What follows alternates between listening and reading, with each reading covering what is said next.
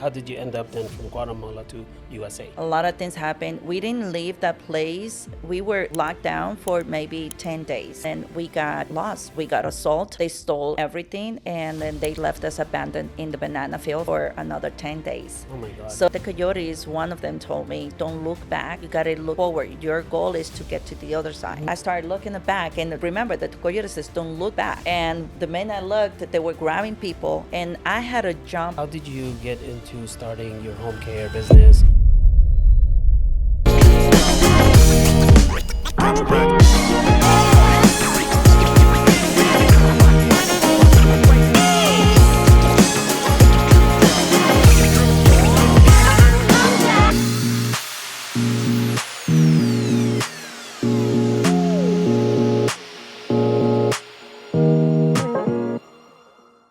Hey everyone, welcome to another episode of What is Your Story? My name is Louis Sarkis, I'm your host. And on my podcast, what we do is we interview amazing entrepreneurs, business owners, and nonprofits. Today we have not just a business owner, but we also have somebody that also owns a nonprofit. So you're getting two for one. So we want to welcome today Sandra Alvarez. I'm going to read you guys a little bit about Sandra and how amazing she is. And we're going to hear her story in a few minutes. So Sandra, she is the CEO of Akahina Group and the founder of Akahina Gives Back Hope Foundation. She is born in Colombia and raised in the U.S. since the age of 12. She brings over 27 years of global leadership experience across the biotech, wellness, and executive development sectors. Everybody welcome Sandra Alvarez. Okay, thank you, Luis. Of course. How are you? Good to see you. Take a deep breath. Good to see you. I'm doing good. Excited. I'm so excited to have you actually on my podcast. Thank you. I've been wanting to interview you for like almost a year because I remember talking to you at one point and you shared your story with me, you know, coming from Colombia and everything. And I'm like, man, you know what? People got to hear your story because you have an amazing story. I know you're going to inspire, you know, someone out there listening to your story and be motivated. So why don't we start with hearing your story coming from Colombia? Oh boy. So it's a long story. In fact, people had asked me I should write a book. Yeah. But because I'm dyslexic with the ADHD and my ADHD is pretty high in dyslexia too. And OCD is just like, okay, I need to figure it out. So I migrated from Colombia when I was actually, going in 13 years old. Okay. It was just my two brothers and I'm the oldest one. And then so at the time he was, I believe he was 12. And then my youngest one was between 6 and 7, I remember. Mm-hmm. So the coyotes are the people who help people to cross the border, the guidance, you know. And so my mom has hired someone like a nanny to take care or watch over us during that journey. They told my mom that she was gonna have her kids within the 10 days. Mm-hmm. But it didn't take 10 days. It took 42 days. Wow. Because during that process, or our process, we left San Andres, Colombia. And then from there, we got into Guatemala. Mm-hmm. The reason why is because at that time in the 80s, it was a lot of, I think today getting a visa to come to the United States is much easier than was back in the 80s. Back in the 80s. So we got denied. My mom was already here in the United States. And then so it was for me I pushed my mom to say, I didn't know what I was saying. And I told her,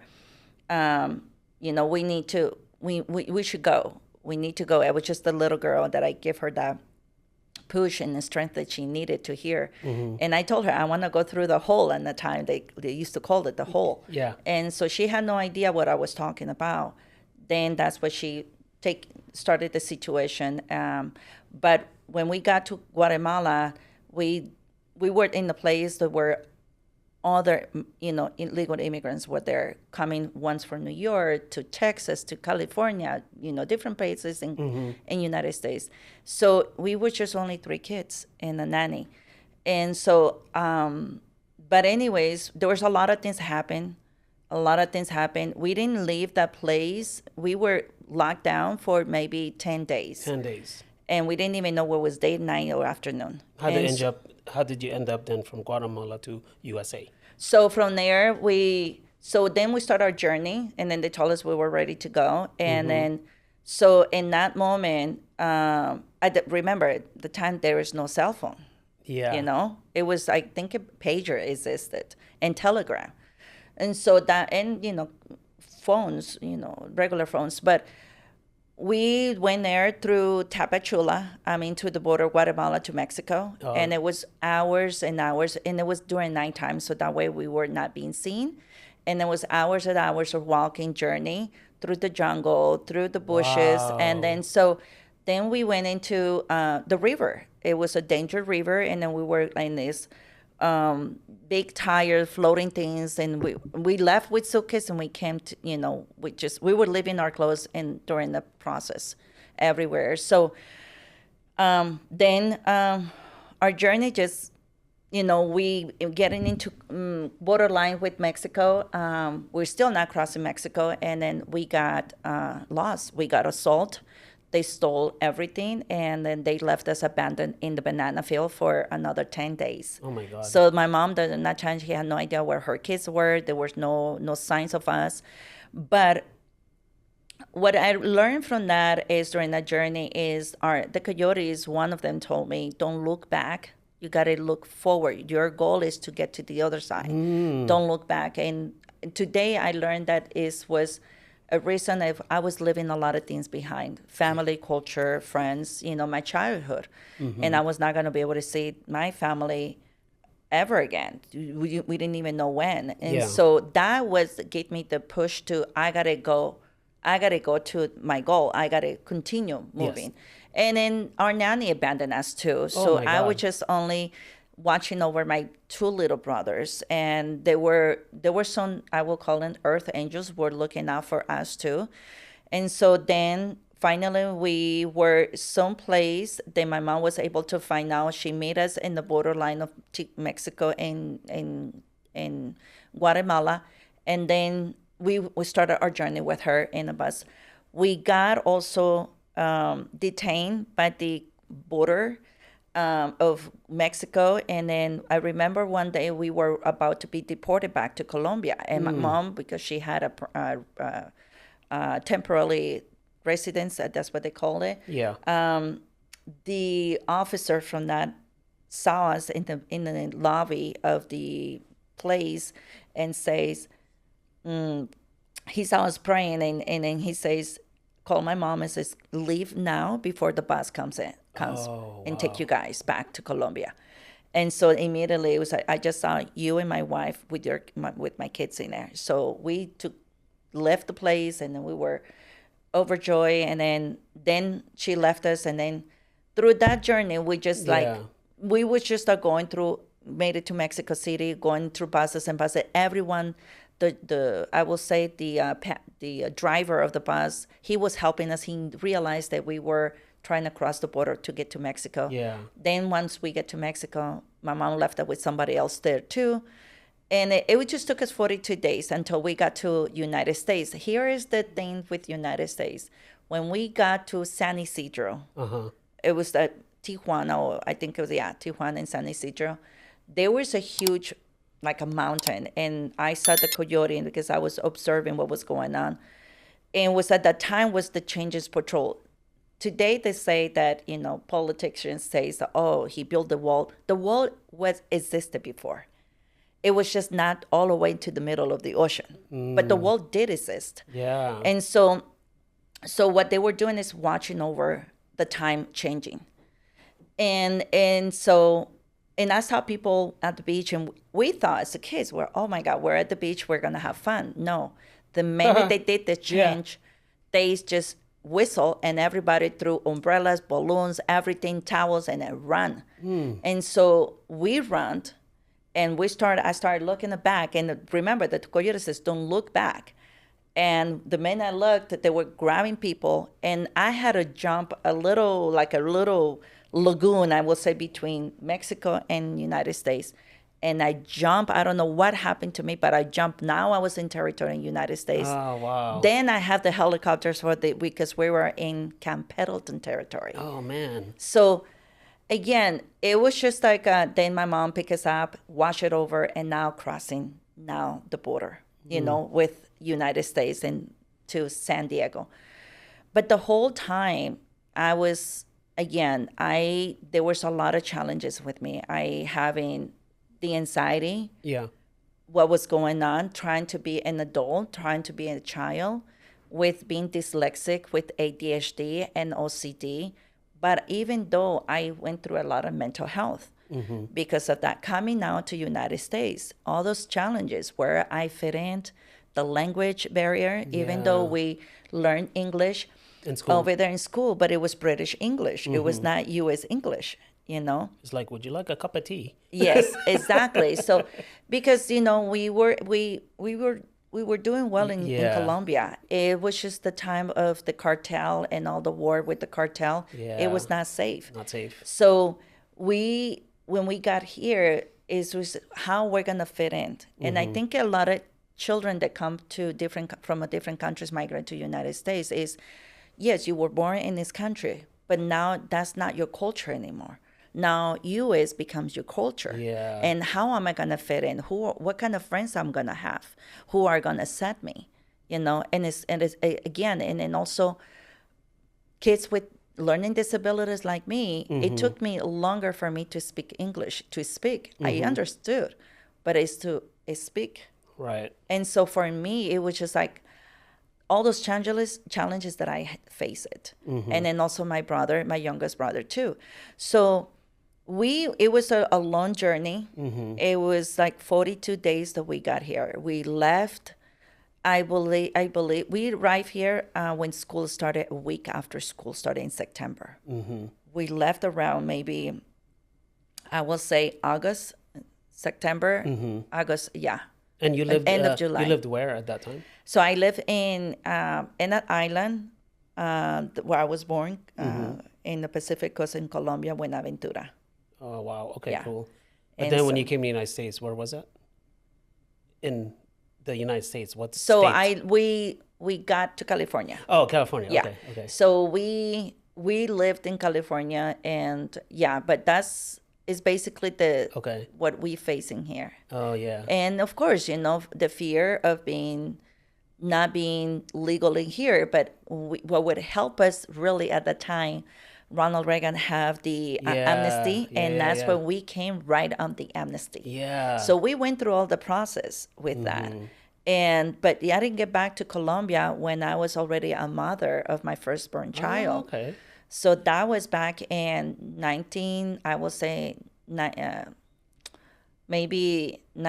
almost the 2000. Okay. So let's fast forward a little bit to how you started a Kahina group, right? And what is a Kahina group? Yeah. I know you have many, parts of that. And first and foremost, what is a Kahina? What does that mean? So Akahina is my indigenous name. So I'm third generation of Yanacona from Colombia in the south. My grandma was a shaman, and she was a healer too. Okay. And so again, I didn't start speaking when I was maybe between 5 and 6 years old, my first words. But during those time, I was just not speaking. So people think I had autism, because I was very quiet, frustrated, a lot of things I didn't know how to. And then the only words that I was saying is Akahina Kamoto Chichi. And I was introducing, but then I have another abilities too. I was talking like they call it imaginary friends. And to my grandma was observing me, and she says, you inherit one of the gifts from our tribe, for us being indigenous. Later on in my life, like finding myself, I find out back in 2015, I had a downfall financial and everything, where I lost everything. And I had to go back to my country, back to my roots, and find myself, like they call it the reborn, Reborn. And so I went and I asked my grandma at that time, what is akahina, and then she actually was like, and actually no, that was back in 2011. I asked my mom, my grandma, and I asked her, and she says, when you couldn't even speak, you were saying akahina kamoto, you were introducing yourself, and that's the name that the goddess gave you. Wow. And that means the goddess of the sun, la diosa del sol, because I bring light. What she saw, that I have a lot of beautiful aura of a healer, and then that was the name. So in 2015, I had the downfall financially, yes. where I lost everything for having a lot of money, and now living in one room with clothes and everything. So I had to restructure my life. And when I went back to Colombia to find myself again, reborn, and including going back to my childhood, where I was in my childhood, my school and everything, because I went to my school to say something's going on with me. Okay. And when I I met my previous teachers, they would say, no, you are a smart girl. Look at all the grades. And so then I realized, oh, I am smart, because I knew something was going on with me in my learning disabilities. And so then what happened was that during that process of my downfall, I was asking what's going on with me. And then I heard the voice of our Creator and say, stop blaming. And so when that happens, I was in the living room, I was screaming and asking, why me? Yeah. And then I realized I need to stop blaming for everything that happened to me. So when I was able to, get to recover some of the financial that I lost through a lawsuit, then I went to Colombia and I said, if you give me another chance, I will make my life better than before. Wow. And I had to learn to value my money. And you're speaking to God at that time. Yes. I had a value to learn my money, my efforts, my work, everything, and not giving things away to people that didn't appreciate it. I was trying to do is buying people their friendship to accept me for who I am. Yeah. And so when I was in Colombia, I asked a cousin of mine, I says, I want to do something. And she says, here, I'm going to take you to this place. So when she took me to a hospital that was really, really devastated, cancer patients in there, doctors were not being paid. And when I saw the condition of the hospitals and the patients, that is when I threw myself in the lobby. I started crying. And that's when I said, I cursed like a sailor. And I said, I'm going to do something big. Yeah. And that's where Akahina was born. Okay. To become a missionary, become a philanthropist and help people, giving hope, bringing hope. Because when you, even though by a word, when you say, you listening to that person, I'm here for you, let me find your resources, you're giving the person some hope. Doesn't have to be financially. It can be by listening, and let me find out how I can help you in a way, let me see making phone calls, or let me find these resources. That's bringing hope to that person. So is that when you started giving back hope, Akahina, you started that first before your other businesses? Yes, No it was way. Akahina Okay. Give Back Hope I was just a charity. That was a charity. And that was just people, like, I started taking pictures, what I was doing, showing pictures and videos of what was going on, the real life. Okay. And I realized that in Colombia, so I realized in here in the United States, we spend in a cocktail, we pay $80. You go to Vegas, $70 for a cocktail. On so that's $70 or $80 you pay for one glass of the cocktail. That fits 17 patients in Colombia. How many? 17. 17 families. Patients. Or patients in that hospital. In a hospital. No. With care packages. So don't pay for your drink, you guys. $80 drinks. So that is when I realized. Give back. I started now talking and creating videos about how much you can contribute to make a change, make a difference, just to someone in life that So needed. give us a real quick story about some family you helped or patients you helped through your organization. Yes, so Akahina Give Back Hope has helped cancer patients in Colombia. In my end, healings in here in the United States, because I'm a healer too. So when they were in the hospital, they couldn't even walk, they couldn't even talk. I do my energy healing and things like that, and things had happened. Wow. But it's all dependent, and it's not that I do miracles. It's not about that. It's just about like, is this in your path, you know? And then what is going to come after that? But in Colombia is cancer patients, and now we have grown into now children with disabilities like me, learning disabilities, physical disabilities, financial, because the government won't give them the opportunity. If you're in a low income family, you can afford to be part of a soccer team or have a programs in school, after school programs. And then also children that are being abandoned by the parents because and then left them with the grandparents. The grandparents only make a monthly a minimum wage for retirement, $70 a month. Right. And that's $70 of whether you can have to pay the rent or food or either one of those. That's crazy. And so the school that I started helping, we started through another friend, was is in Popayan, Colombia. It's in the south. Okay. And there are a lot of kids that live in the mountains, and there are also descendants from tribes too. No way. And low income families too. So, we have donated walkers. We have made dreams come true. Kids that were not able, parents were losing hours of work because they needed help the kid at school to attend to every classroom, carrying them over. Okay. So then after that, right, so you started your organization, right, your nonprofit, helping, the tribe, the kids there in Colombia. So then after that, how did you get into starting your home care business? Was that first or your med spa first? Because now you have so many things. Yes. So once I started that, then my husband, who used to own a franchise, Visiting Angels Home Care, he was navigating, and he just got out of that business due to his divorce. He wanted something to start over again, home care, but he wanted a private agency, not a franchise, because private we have more opportunities to expand our services and not limited to services. And then and that was he brought up the idea of 2018, and then we started now brainstorming. But because we're a military family, I wanted something. I saw what veterans go through.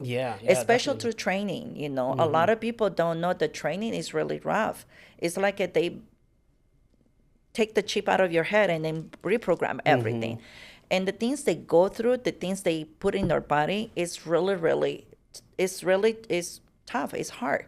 And that's why a lot of mental health problems comes in. And the traumatic experience is when they go to deployments, So my brother was part of the September 11, what was the first group. And that I saw him what he went through. And so and then the support system. And then when his wife migrated from Colombia, and it was just, he went through a lot of missions too, but he's already have a lot of traumatic experiences. Okay. So... And anyway, so I wanted to focus in veterans too, provide care. So we became VA providers through home care. And in home care today we provide services from not only veterans, but seniors. Yeah, I was going to ask and you adults the with disabilities, okay. short-term, from after surgery, plastic surgery, outpatients, or not even you're still independent, but you're not you cannot drive anymore, but we can provide that transportation to take you to do errands, doctor's appointments, visit a friend. We can provide that. They said it's like an Uber. No, because when you go to certain places, especially like doctor's appointment or outpatient surgery, some of the doctors will not allow you to sign the discharge because you're just an Uber. We are licensed in the state of California. We're bond. We have insurance. Our caregivers has gone through a background check. So that's why it's kind of like that elite or VIP concierge. Nice. Yes. Okay, so that's good. So after starting that company, a few years after that, you opened up Akahina Wellness. So now, tell us about that. So Akahina Wellness, my husband comes with the ideas. I was said, I know I wanted to open more businesses, but here is the thing. I I drew on 2014. I had a vision. So I work with vision. So I had a vision and I drew the name that I was going to have in a business, Akahina Wellness, because I started doing import and export, but I wanted to focus in healing. Yeah, definitely. So I have that logo that I wrote with all those colors. Then my husband... In 2014. In 2014. Before you even started this Home care and in the charity. Look at you. And then my husband says, someone brought out or the idea of opening a med spa again. I used to go to a lot of med spas, especially Pelican Hill is one of my favorite ones. Okay. And, and also Terranea too. But I know the consumer side, never being the owner side. And so when he brought it there, it was a weight loss program. It was a weight loss center. Mm-hmm. And then things with the FDA start changing. Then we're like, okay, let's make it this as a, having more services. Mm-hmm. And that is when I started, now adding other services. And that's where Akahina Wellness was born. And actually, we opened in 2014. No, wait. 2024. Yeah, 2024. I was going to say, yeah, okay. 2024. All right, so 2024, you open it. And so tell us about some of the things you do there. So here in Akahina Wellness, we do a lot. So we also have Reiki, therapy. I'm a Reiki master practitioner. So we have weight loss program from medical side with the GLPs to non-medical side with dual light therapy. Okay. And then we have massage therapy. We're the number one in here in lymphatic drainage, prenatal too, oncology massage. Now we are VA providers. So Tri-West, we're working right now through TRICARE too to have the families also get treatments in there. Mm-hmm. We do also Colombian wood therapy. That's another thing that is amazing Colombia for all what? ladies. Wood therapy. What is that? So it's actually with wood tools. Oh, okay. And then it's helping with contour your body, but also lymphatic too. That's cool. And then we do facials, teen facials. We're also getting really booked with a lot of teen facials because you will see where we're doing every services. We do fillers, Botox, microneedling, hair restoration. Wow. And also now we're adding laminated eyebrows, and plasma IQ pen, which is, laser too for wrinkles or scar tissues. But here it is, what we do is that from every service that you have in there, we have incorporated sound bath therapy. Oh, okay. Because we want everybody to, when they come to wellness, we're rushing. Yeah, we're dealing with traffic and getting, we're running late or we don't want to run find late. Parking. And by the time we sit down in there and do our massage or facials, we're still not digesting. Yeah. So we want that everybody to join the process and live the moment. So as somebody's having the service, you do the sound bath. I have trained my esthetician, my team, to do sound bath. Nice. So, and then it's helping teens a lot during the treatments. Really? Teens are walking out with better clarity. Their energy is a lot better. They rest really well. They love it. In fact, we have kids telling the parents, in 3 weeks, Mom, we want to come back. Wow. And we educate them. Why is, the acne problem? Why the breakouts? So they walk out with the educational sheet. Nice. To care at home, to take it home. So that's what we do. And then also from every service, from home care for wellness, every service that everybody have with us, we give a portion of that at the end. We give back to our organization, to veterans, to seniors, like we have right now recently, the military child giveaway backpack, or children in Colombia. We have now officially, we have a little soccer team that is growing so much, and everybody has seen it in the social media, how big is our soccer team. So from everyone who wants to sponsor a child in Colombia, it's a 6 months program that we have. Yeah. Obviously, the parents have to be committed, but it costs only $20. It's only $20 for a 6 months program. And so now that portion of our services, the way we grow in the community support us, we give back. So how can some people listening to the show right now give back to you? Book, come to and get a service with us, or also they can donate monthly at $20. we have our account at U.S. Bank, and so they can donate in there. We can provide the QR code and donate it in there. Yeah. And then a lot of people now also. We can put it on the screen, by the way. Yeah. You guys. And a lot of things is a lot of people ask, well, how the money is handled. We have full control of the money. So, and we have a rep in Colombia, a representative, someone that represents our organization. Oh, yeah. He's a trustworthy person. He provides bills and everything, invoices, everything. Money goes in, that's how And then you it's spent. send it out. Okay. Exactly. All right, that's wonderful. Okay, so what's man, you do so much. So what's the future for Acajina?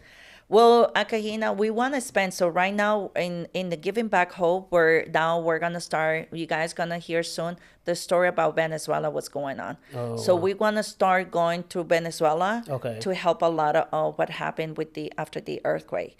Families and children. Okay. That means, but we want to spend Acajina Give Back Hope to other countries. Now, we have a lot of things that we want to do with Acajina, Yeah. And then so it just continue We'll bring growing. you back on the next 6 months to a year from now, and you'll be Yes. like, I own 6 more businesses, and Well, and we're in 7 different countries. I'm working in a project right now that is helping with business consulting, Yeah. business side, how to Oh, start yeah, a business. that would be good. How to start. So I'm working in a project, how to start a business.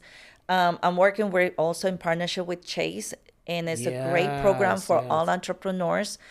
But especially for veterans, like they're about to be discharged and need guidance and they need help. Yeah. So Maybe again, some of them, they want to start a business. yeah, so again, we're a military family. I'm a Navy mom Yeah. and a Marine sister, and just that's the reason that I have home care and why we became advocates for veterans and their families. Yeah. So Sandra, all right, if somebody's listening to the podcast right now and they want to start a business, because you have so much experience, what advice would you give them? I will say just have a game plan what you want to do, Okay. but why you want to do it. What's your purpose? Okay. Because you got to love what you do. Yeah. It's the Have passion. the passion. The passion. Okay. Because if you want to open a business just to make money, it's not going to. No, it's not going to work. No. When you're out there networking and talking about your business, people can see and feel your Yeah, energy, definitely. the passion that you have. Yeah. And that's what my best advice is. I While agree you're with that. doing it, and find the nature of the difference from everybody. Because you're going to find competitors, but you got to find your uniqueness in your Yeah. business. Let's switch it to Sandra a little bit. How do you cope with all these businesses, all the stress, managing everything? You're the CEO of the Acajina Group. What do you do, Sandra, to have a clear mindset? What do you do? What's your morning routine like? What advice you can give someone out there by listening to your routine? So, And what do you do in the morning? So again, I'm a ADHD. I have ADHD, high ADHD, dyslexia, and OCD.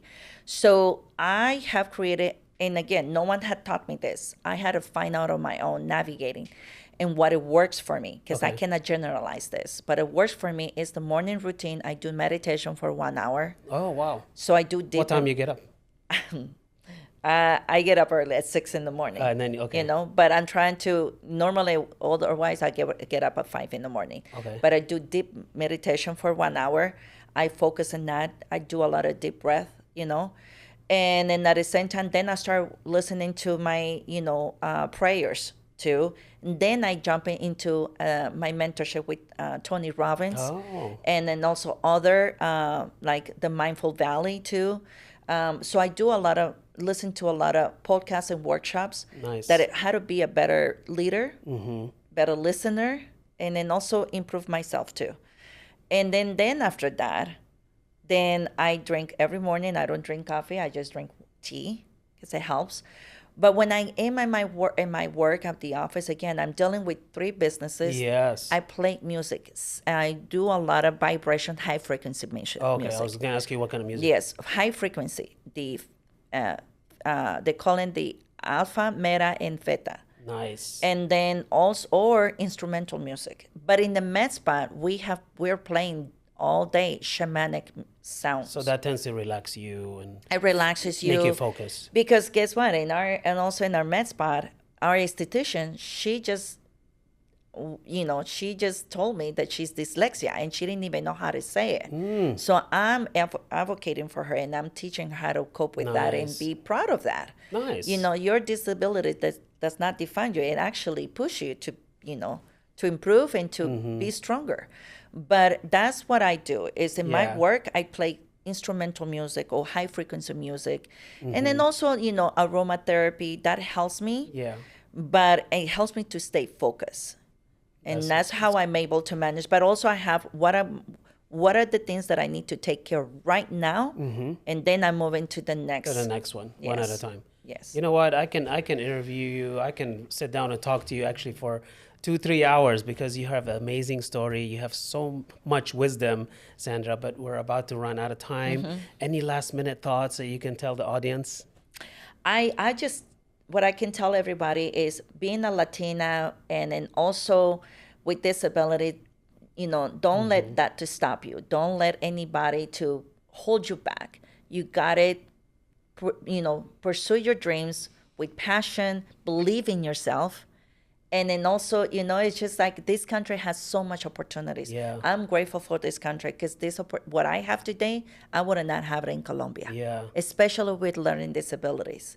So that is what I can, share with everybody is my traumatic experiences made me the woman that I am today.